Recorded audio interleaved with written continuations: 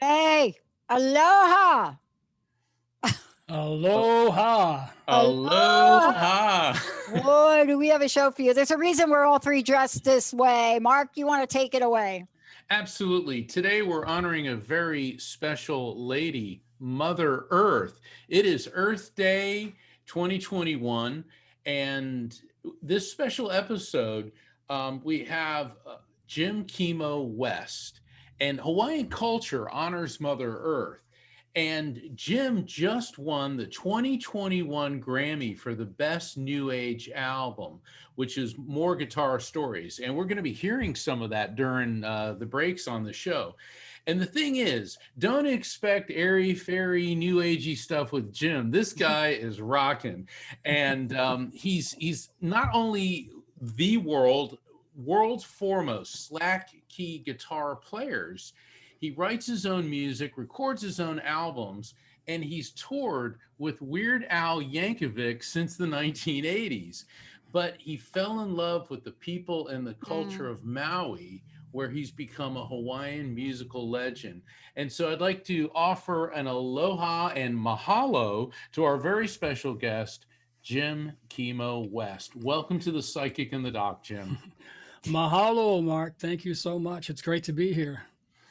Yeah, Jim, you're such a fascinating guy, and I was reading about you, and what I saw was that when you were 12 years old, that's when you first picked up a guitar, and it's an interesting story. Could you share that with us?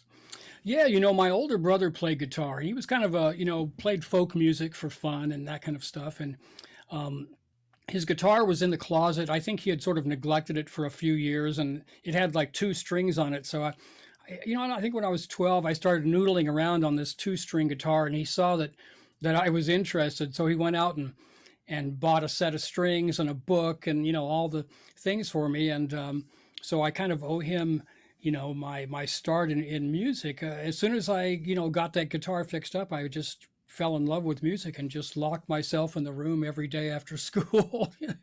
Wow. So, I mean, would you say that the guitar kind of called to you? I mean, you obviously, kids pick up guitars and bang around with it, but it seems like you've had quite the relationship with guitar. Absolutely. Yeah. In fact, my last, a couple of my most recent records I call Guitar Stories. This most recent one was called More Guitar Stories, and the concept is almost like the guitar is actually telling the story. When you have a beautiful sounding instrument, and you're in a nice space in the room, and that starts, the creativity starts flowing. It's almost like the guitar starts telling the story, and you're just sort of enabling the story and helping the guitar to create the story.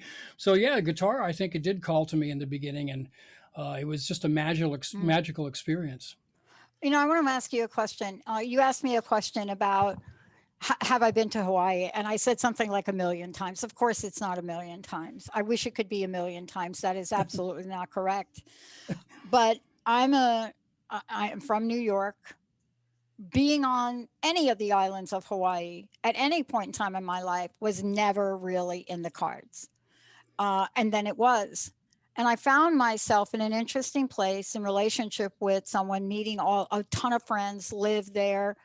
And the first time that I got off the plane and was hit by that first beautiful wind of that special aloha air, I was done.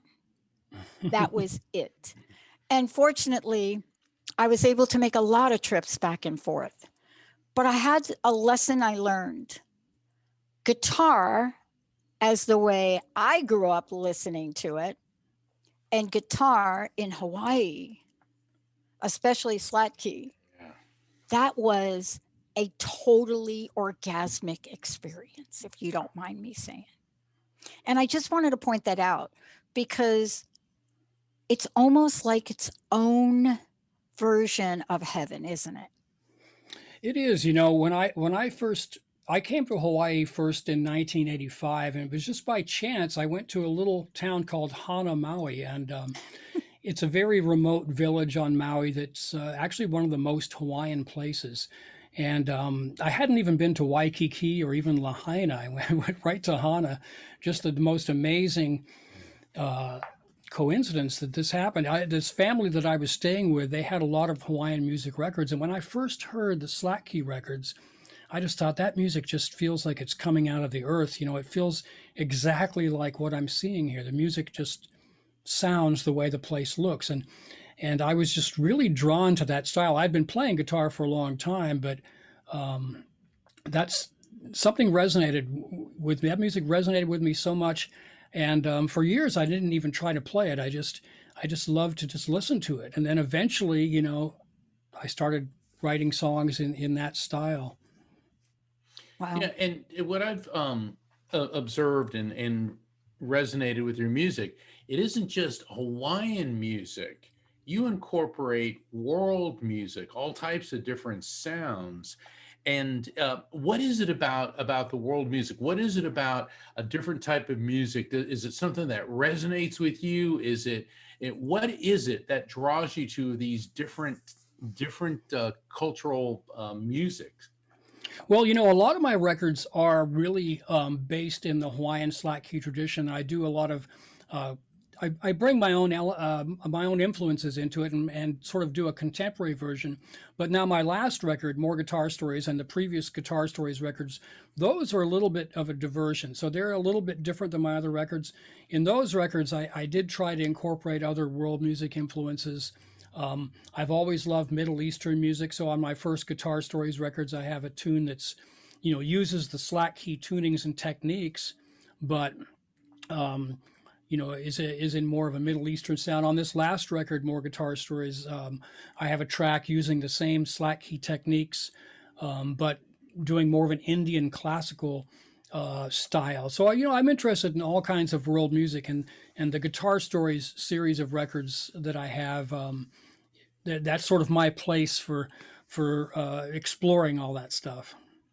For the benefit of the listeners, what is Slack Key guitar? We're talking about, because I know Dr. Pat's familiar with it and I am, but can you explain to people, what is it about Sure. Slack Key guitar that makes it different? Well, it's a style, but it's also a technical thing. When the Hawaiians first got guitars,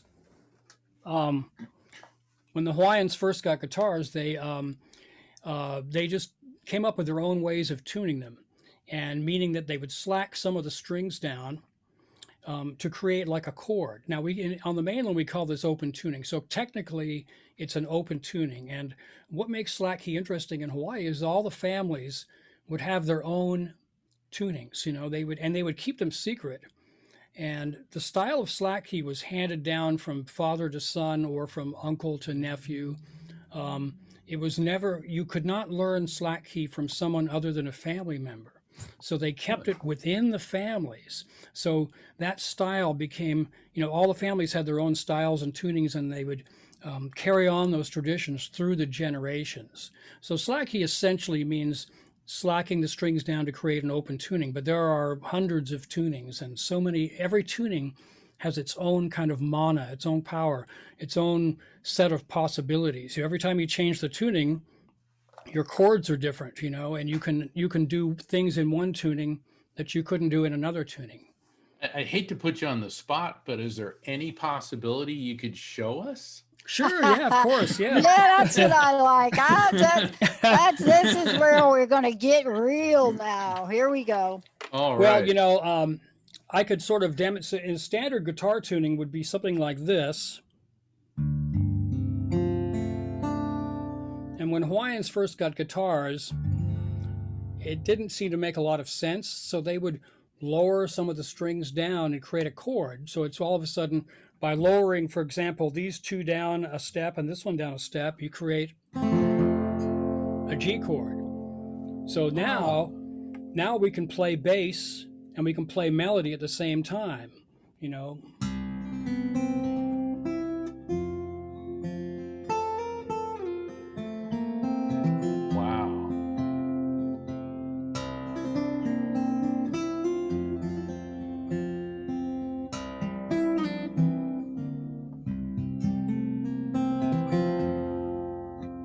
So that's sort of the idea of it.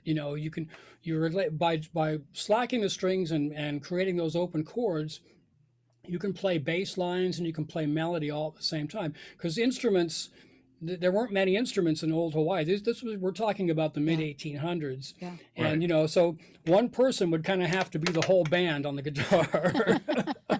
Wow. It's fascinating because like in the Caribbean, the way the locals there created steel drum music, it's always fascinating how island cultures are very, very innovative with music. Sure. And it's out of necessity in a lot of ways. I mean, the steel drums, they didn't have anything. They just pounded old, 55-gallon drums and turned them into instruments. And same in Africa, all kinds of amazing instruments that just come out of necessity. And the way Hawaiians got guitars, though, is actually kind of interesting. I should talk about that a little bit. Yeah, Yeah. please What do. happened? Yeah, what happened was, one of the early explorers, not the James Cook was the first European explorer Right. to reach Hawaii. But a few years later, once it was on the map, another explorer named Vancouver, he came to the Big Island and he brought 3 head of cattle to King Kamehameha as a gift. They didn't have cows in Hawaii, and so he brought 2 cows and a bull and as a gift to the king. And the king, they were all just amazed at these huge animals, because the biggest animals they had there were these small pigs. So anyway, they were the property of the king, and of course they multiplied. And over the years, it turned into a big herd, and they became feral. They got wild. They broke out of their pens, and they were big longhorn cattle. They were big and mean, and they were kind of terrorizing the local people. They were dangerous. And at some point, when Kamehameha III was in power, he had come to the mainland on a ship. He had come to San Francisco, sailed there, and he saw down in Monterey, he saw Spanish cowboys, because at that time it was owned by Mexico. California was still part of Mexico. He Right. saw Spanish vaqueros, cowboys, managing cattle, roping them, and all this. And so he decided he would hire some of those vaqueros to teach the Hawaiians how to manage cattle, and so they could round these cattle up, and control the problem. So he hired the vaqueros, and they came on their boats on the ship with their ponies and their saddles, and they also had guitars. So at the end of the day, the vaqueros would sit around playing the guitars, and Hawaiians had never seen a guitar, and they were just mesmerized, And so they taught the Hawaiians how to be cowboys. And in fact, Hawaiian cowboys actually, their ability actually predates the typical what we call Western, Mm. John Wayne type cowboy by about 30 years. And the Hawaiians became amazing cowboys. In fact, some of the early cowboys were in one of the first rodeos in Wyoming, and they won like first, second, and fourth place. They were so good. But anyway, when the vaqueros left, when their contract was up, they they decided to leave their guitars behind because the Hawaiians were so enamored of these instruments. So they left the guitars behind, and that's how slack key music started. The paniolos, the Hawaiians called themselves paniolos. They would like started slacking the strings and to create tunings, and that's how guitar ended up in Hawaii. Yeah. You know what fascinated me in the introduction? I was very fortunate to be able to spend so much time with people that were of lineage. I mean, this was such a shock for me, and yet it felt so like home. What I was especially shocked by in the music and introduced to it is, when I learned about from the beginning the mele, when I learned about the chant and the importance of native stories and being those stories, allowed to be told to remember the myth of the gods. It totally made sense to me, right? Mm-hmm. But when you hear it and then you participate in it, it hits you at such a cellular level, it's hard to explain, isn't it? Absolutely. Well, Hawaiian, they call it chants are called oli, Ole. and so oli. Hawaiians didn't have a written language, so they would pass their lineages, their genealogies, their history down through chants. And the chants maybe would be accompanied by a gourd drum or a simple percussion instrument or something. And there became kumu and teachers who kept these stories alive by teaching each generation the stories and the chants, the oli. And Hawaiian music still to this day is influenced by Hawaiian chants, and the structure of Hawaiian songs often is very much like Hawaiian chants, especially the traditional Hawaiian songs. Jim, would you say that, would you say that Hawaiian spirituality has influenced your music? I mean, I'm assuming that's going to be a yes, but my bigger question is, how did you get connected with the spirituality of Hawaii? Well, I think first of all, just by being there, and I was sort of, like I said, sort of thrown into the deep end of Hawaiian culture because I went to this little town that was very Hawaiian. Nobody, had locks on their doors, and it was Hawaiian people are so generous and loving people, and you start learning about the spirit of aloha, which really. We say aloha as a greeting and when we leave, but essentially we were saying, I greet you with aloha or I leave you with aloha. Aloha is kind of like I would say like unconditional love for not only your fellow man, but for the Aina, for the earth, for your ancestors, for everything, just like an unconditional love. And it shows Hawaii is still that's the aloha spirit is alive and well in Hawaii. And that no pun intended really seemed to strike a chord with you. Mm-hmm. Absolutely. And I'm sure the style of slack key that I play they call nahe nahe, which means very gentle, and Right. I think that's one thing about Hawaiians in general that I learned when I first started going. There was so much, like I say, unconditional love. You'd meet a Hawaiian family for the first time, and they were, you were just hugged and accepted as a family member right from the get go. And I sort of think of my music kind of that way as kind of a hug, as kind of like a sonic kind of hug that makes you just feel warm and and accepted. Yeah. What we're going to do is we're going to go to a short break. And as we Mm-hmm. go, Jacob has got some beautiful music that we're going to play. A little bit unusual for those that are listening. You're actually going to hear more music than you generally hear going in and out. So you too can totally experience take it in, breathe it in, feel the air, and smell the beauty of it all. We'll be right back.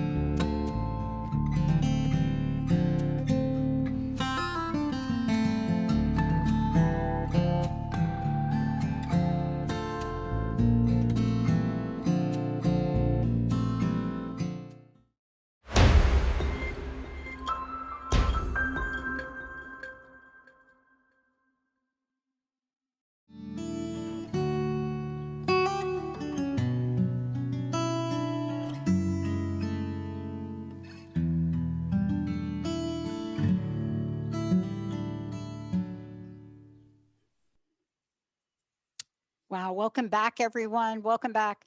A very, very special edition of The Psychic and the Doc with myself, me, Dr. Pat, Mark Anthony. Mother Earth is one real hot mama with a very special guest, Jim Kimo West. Jim, before we really talk about a very special event, how do people find out more about you? And by the way, it's so important for us to tell folks how they can actually get some of the music you've created. Well, you can always find me on my website. It's jimkimowest.com, JIMKIMOWEST.com. And of course, I'm on all the streaming networks and, Pandora and Spotify and iTunes. And I have a YouTube channel where I actually have quite a few videos because during the COVID last year, when we were all locked in our homes, I would produce these, I would just record songs like this live in the studio. And I have a ton of them on there on YouTube. But yeah, I'm in all the normal places. Mm. This is quite a journey. I mean, there's so much to talk about. I think, Mark, you had a great question because one of the things we referenced is the Grammy Award. But Mark, let's talk about that a little bit, right? That is amazing. Congratulations. Yeah, Thank you. and I'm assuming winning a Grammy didn't suck. It didn't suck, no. It was So what was it? Yeah, what was that like?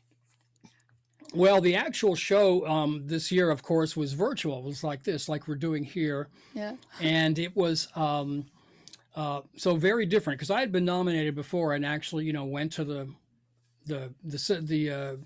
event and had a number of parties beforehand and all that stuff. And of course, this year, none of that. We had to do it all virtually. It actually, just to get nominated was amazing because they're narrowing the field down from hundreds of entries down to 5, Wow. And that to me was just to be, picked out, to be down, to make that cut was just incredible. And then of course, for the Grammys, we have, there was a producer assigned to a certain number of nominees. So we had a little, sound check a week before, and we, had a lot of communication. And so, they had us, the nominees, tune in at a certain time, maybe half an hour before your award is going to be announced. And so as you're getting closer, they're going, okay, there's only 2 more categories, and you're coming up, and they said, okay, after the break, your category is next. And so so sure, the category came on, and I'm watching it on the screen, and they announced my name, and it was like, oh man, it was just incredible. So I had a little speech ready to go, and so I started talking, and in 5 seconds they just cut away to the next award, and it's like, wait a minute, what happened there? And then I could sort of hear the producer yelling at somebody in the background. I think most people thought that I had my mic muted, but I actually didn't. I didn't have any control over it. And so unfortunately, somebody on their end, I guess, muted the thing, because after you win, then you go to this virtual press room, where they have people interviewing you. So actually, when I was in the press room, they could hear me just fine. Although a couple of people were interviewing me, and they had so much echo on their voice, because there was some kind of feedback loop that I just had to sort of guess and try to guess what they were asking me. Well, you know what, Jim? We're not going to mute you. What were you going to say? Come on, this is your chance. Give him your Grammy speech.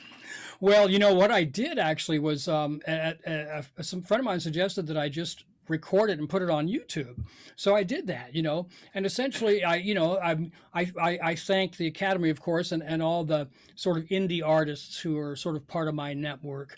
And I wanted to thank all the musicians on there, and I'll do it as well. I had some fantastic musicians on this record. Some of my records are just me.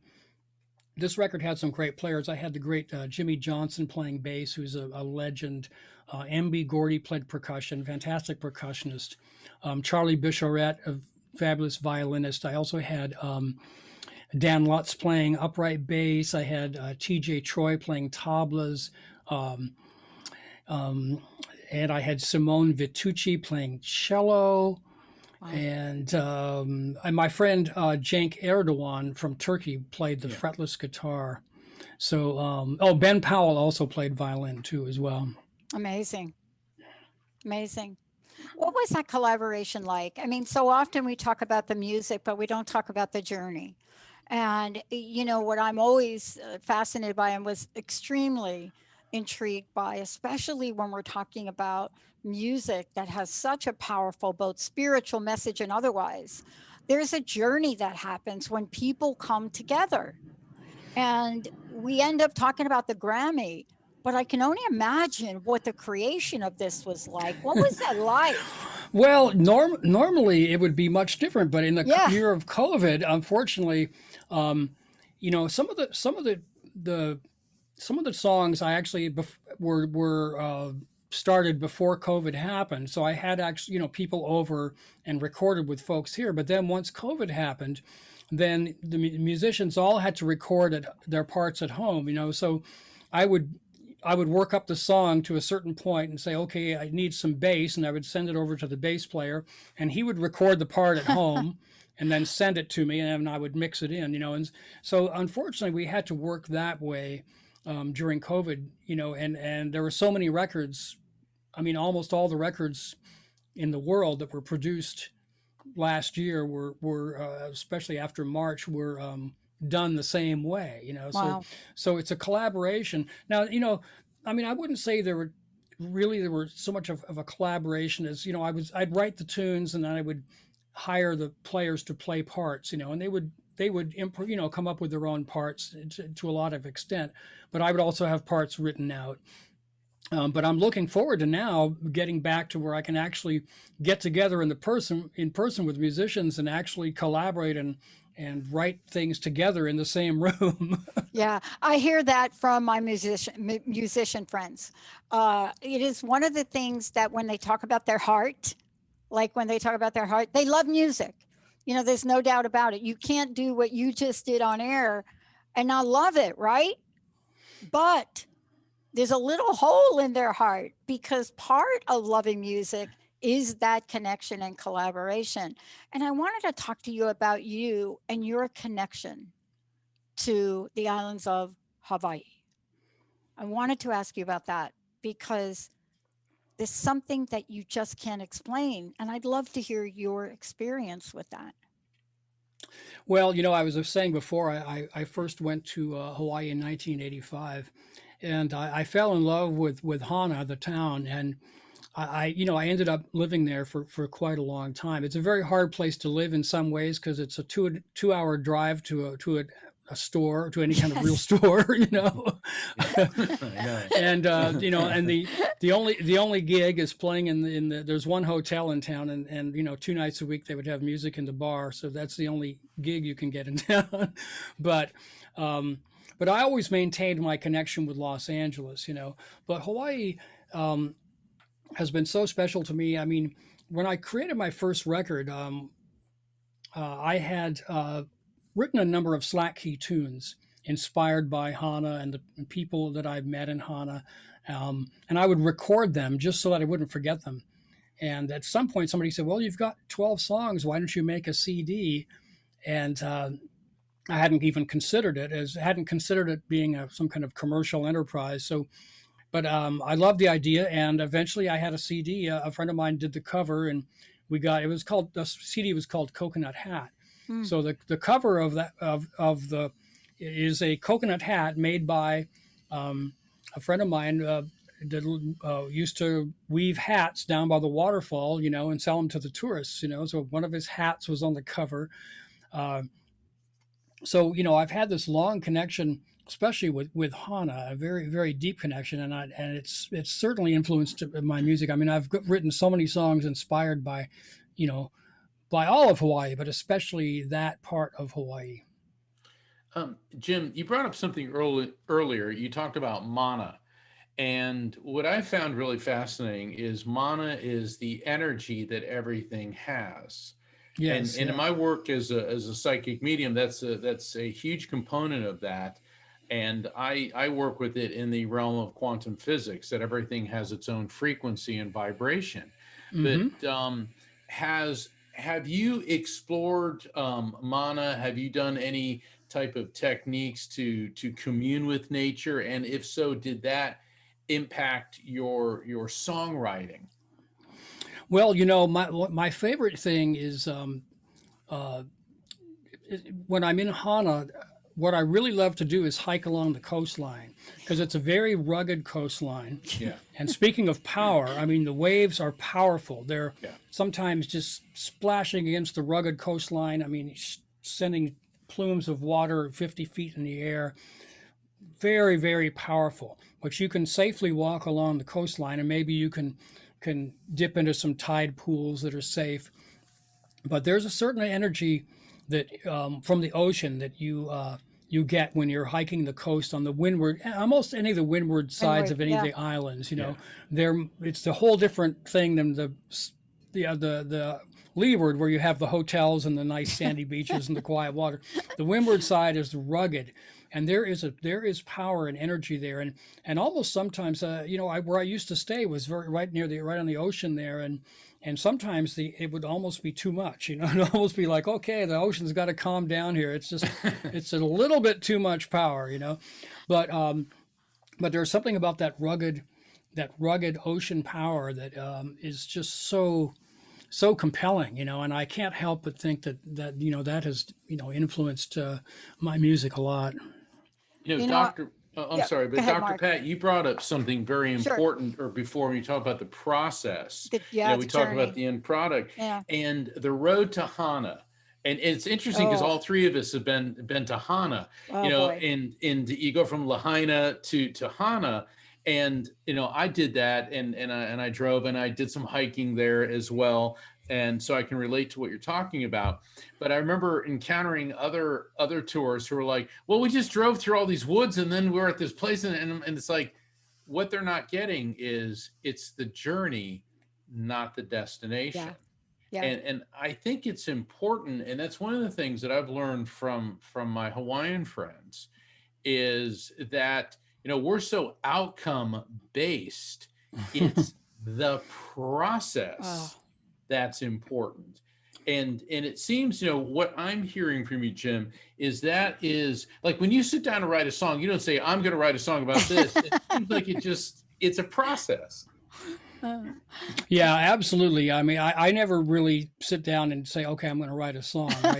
I play guitar. It's almost sort of a meditation for me. I'll play, and it just brings me to a very peaceful place. And then sometimes especially if I'm, exploring a new tuning.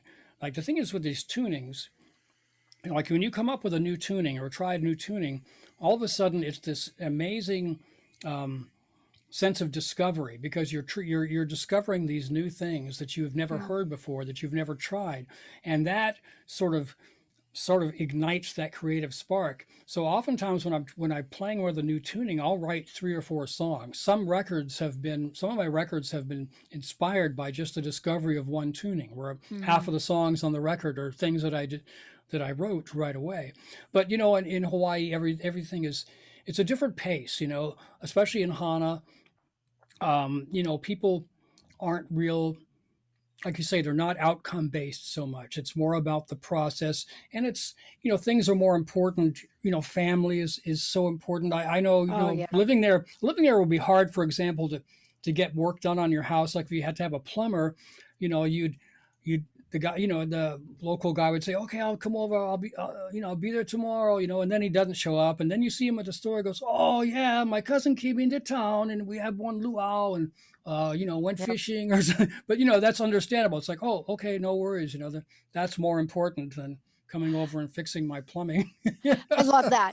I love that. I spent a month plus in Hawaii because, as I said, I've got friends at Coco Crater, and I have friends there. And there was a family, not such a great event, and I stayed a month to care. And I got a dose of a change that stayed with me to this day. I would have never been able to get it, a positive change.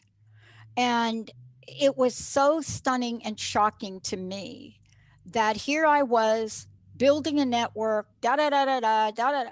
And I got to tell you, my friends are like, no, that is like not important. You don't need to do that show. It doesn't matter. We go to the beach now. And, and I have to tell you, I kicked and screamed and shouted, and I'm trying to do the show. And they're banging on pans and stuff. And I finally said, I'm not doing the show. I got to go. And I learned something so valuable about that. And I still learn from them. There are things in life that will go on without you. And there are things in life that go on because of you. Mm-hmm. And that time with people and friends. And I got to tell you, I don't swim. I am the worst person. I get in the water. I love the water. I get in there. They put me on a floaty. They push me out and they forget about me until somewhere I'm going down the beach towards the 2 islands, right? But you mentioned something. People ask me, what was the scariest moment? They hear that I traveled across from East Coast to West Coast. I drove a truck across the Great Divide in the middle of winter. And so drove up, almost completely went off a cliff in California. And they said, which one was the scariest? No question, Hana Road. Scariest. There's no question. They said, what road? I said, you got to be there to appreciate it. Why was it scary? We went in the rain. It was dark. I was so scared. And yet I don't think it was because of the road. And Jim, I want to take a short break and come back. There's a power that you talked about. It changed my life. I created research work on the beach, and people asked me where I got the idea from. And I said the Mokulula Islands over there someplace. When we come back, I want to talk about how healing this music is for the world now, for the world then, and how hypnotic it can be. And I tried to learn slack key guitar. Epic fail. Let's take a short break. We'll be right back.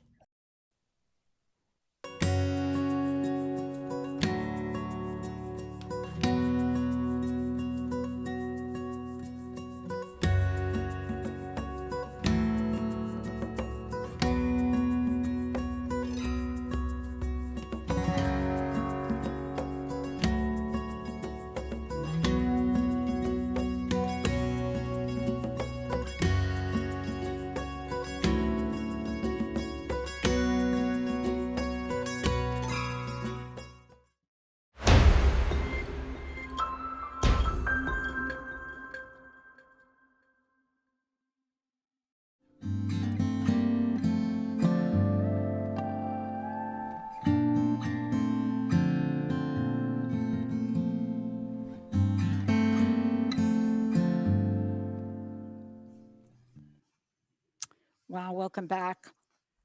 Jim, thank you so much for today. I know there's so many things we want to talk with you about, and boy, the joy of your music, the power of it.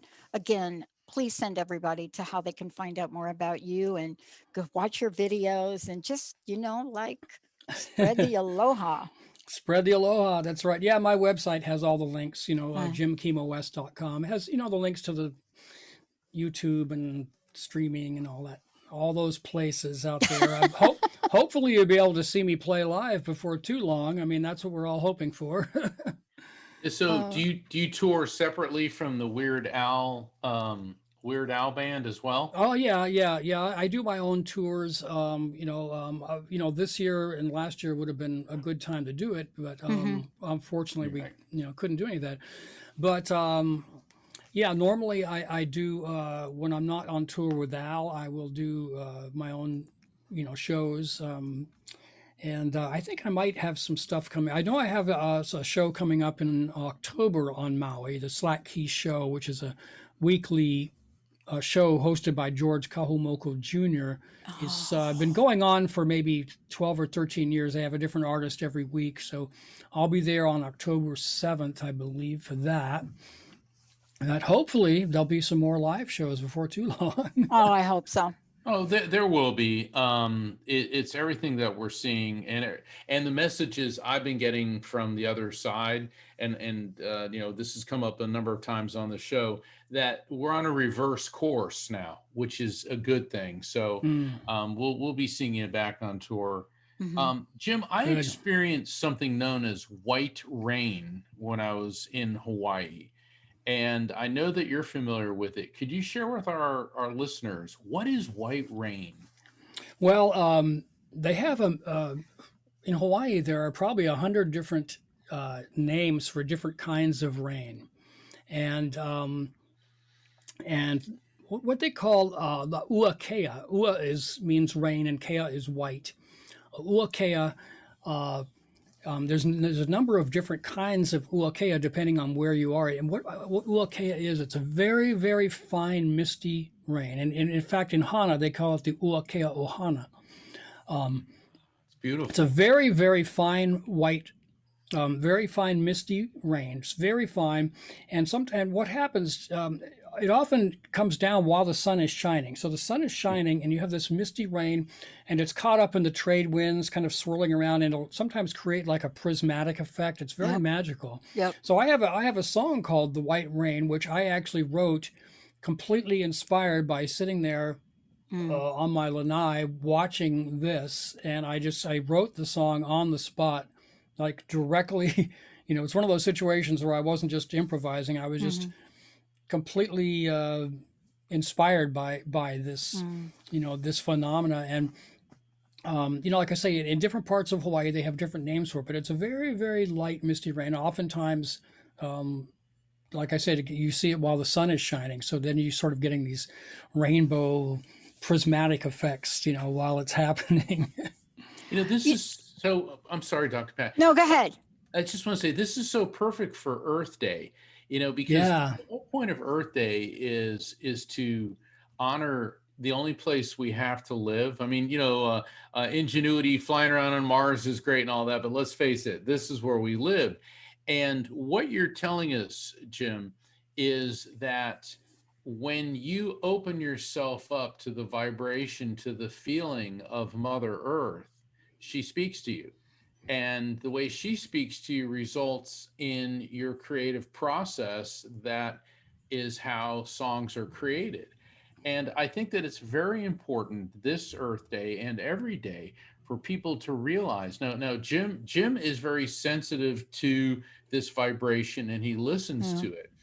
But we can all learn from this, I Yeah. believe. Yeah. Yeah, I think being in nature in general, I've always been like an outdoors person. I just love traveling and being in nature, no matter where, not just in Hawaii. But I think the connection with nature, you are connecting with the earth when you're out in nature, whether it be the redwoods of California or Yeah. Yosemite or up in the mountains or in the Alps or anywhere.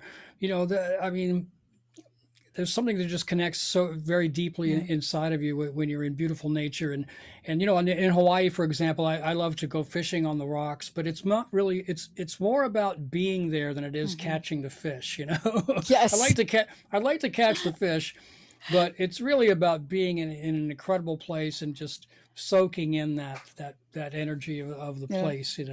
Yeah, my friends had the greatest laugh on the planet when they decided, let's go fishing on the rocks, and then watching me try to do that.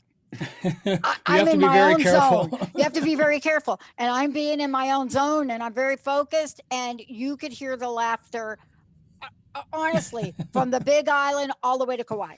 You could just hear it. And, I learned to laugh at myself there, Jim. And I was thinking about this. I don't know another place where people are so kind, so loving, and they just don't take themselves so seriously. Now, they do take things in the world seriously. But boy, I did learn to laugh at myself. There's something Yeah, powerful about that, right? absolutely, absolutely. I have many Hawaiian friends who I would go fishing with, and I can't help but think how my life has changed just from being around them. Yeah. But Hawaiian people are very loving, and like I say, very, very. Everybody's so full of aloha there. That's I kind of think that Hawaiian music, and almost any kind of Hawaiian music, when I hear it, it brings me back to the place. I mean, even if it's steel guitar, for example, it sounds. I could be in Waikiki with the trade winds blowing through the palm trees and the sound of steel guitar. It just sounds like, like I say, it sounds like the place. And Hawaiian music brings me back to those, to the place. And, I think Hawaii, the music is sort of like, as for example, as Slack Key gets more and more popular throughout the world, I sort of feel like, along with the Slack Key, is you're sort of helping to spread aloha through the world by playing Slack Key and recording it and such. Yeah. I never thought in a million years, just to say, um, that I would be so influenced by a culture and by a music. And I cannot explain to this day how that happens. My friends say it's a past life. Mark probably can figure it out. But boy, when it hits you in the heart. And my introduction was Kelly Rochelle. Hmm. And my introduction, right, was that for a bit. And it just doesn't leave. I just sense that this is the kind of music that could really heal the world. I don't know. Jim. Absolutely, I think so. Yeah, Kaylee Rochelle is a fabulous artist, and his records are some of my favorite. And he's a kumuhula, meaning he's a Yeah. hula teacher too. So, and he's very fluent in language. He's an amazing artist, and but I agree. I think Hawaiian music. Unfortunately, it's strange because a lot of people I meet, like especially maybe if I'm trying to book a show or something, I'll say, well, I play Hawaiian Slack Key, and they think, you mean like Tiny Tim, or Oh, for some reason, you yeah. know Or tiny what bubbles. yeah, well, what happened was when Hawaii became a tourist destination, it was starting way back in the turn of the early 1900s. Yeah. People started going over in ships, and there became this sort of craze for Hawaiian culture, and Hawaiian music on the mainland. So all the publishers at that time, before they were even records, they were publishers because they would publish sheet music. So they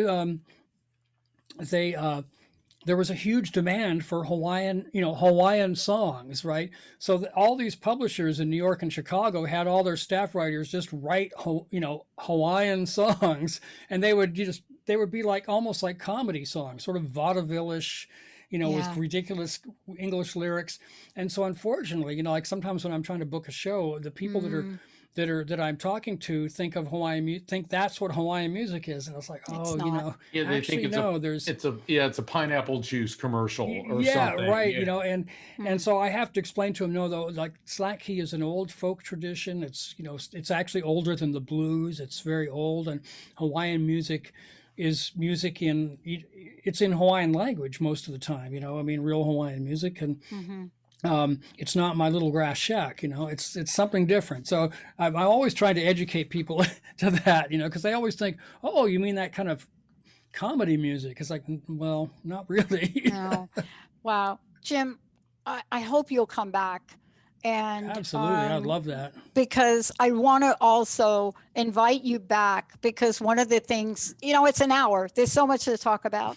But one of the things that I want to make sure we talk about when you come back is also the messaging in the words. What is said in these beautiful songs. Mark? Absolutely. Having Jim on the show, for the people who haven't been to Hawaii, that's what it's like. You want more. You don't want to leave. And Jim, it's been an honor having you on the show. Yeah. Mahalo. Oh, well, thank you guys so much. Yeah. And what do you got in the works? I Yeah. assume you got a tour plan. I know you're working on a new album. Tell us what you got in the works, and let everyone know again how they can get hold of you and buy your music.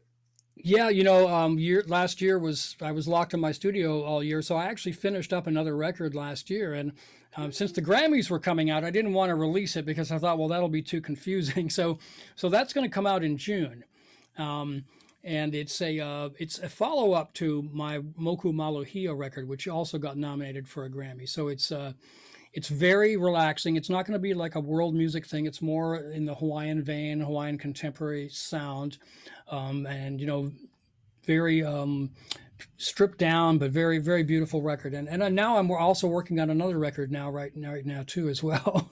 Awesome. Oh boy, send over a little creativity my way, please. Send it over. and everyone, we're going to be back next week, and next week's an all call-in show. Dr. Pat? Yep. I'm excited about it. And I promise, Jim, when you do come back, I promise not to sing. One thing that I don't do well, that is it. No, I want to hear you sing Mele Kamikamaka. I actually can sing some beautiful songs, but totally off key. Jim, thank you. And Mark, next week we are, all of you out there, thank you so much for tuning us in. I want to make sure you all do check out Jim's music. Please take a look at the videos. This is an experience. Even if you've never had this experience before, take a moment, shut your eyes, and feel the healing going on.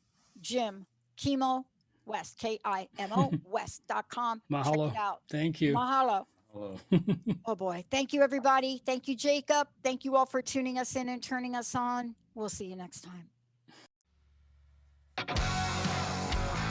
Hey, everybody. Thank you for tuning into The Psychic in the Doc with Mark Anthony and me, Dr. Pat Basili, right here on TransformationTalkRadio.com. Hey, look, come back next week so we can explore with you more of life's many challenges and learn from fascinating guests. And you know what? Even Mark and me. We'll connect you and discover insights from people in this life and from the afterlife. Extraordinary problems? Yeah, they do. They require extraordinary solutions. But step into the world of possibilities with us on The Psychic and the Doc. That's every Thursday, 4 p.m. Pacific Time, 7 p.m. Eastern Time, right here on TransformationTalkRadio.com. That's TransformationTalkRadio.com. And don't forget, we're also live face-to-face on Facebook.com, Transformation Talk Radio.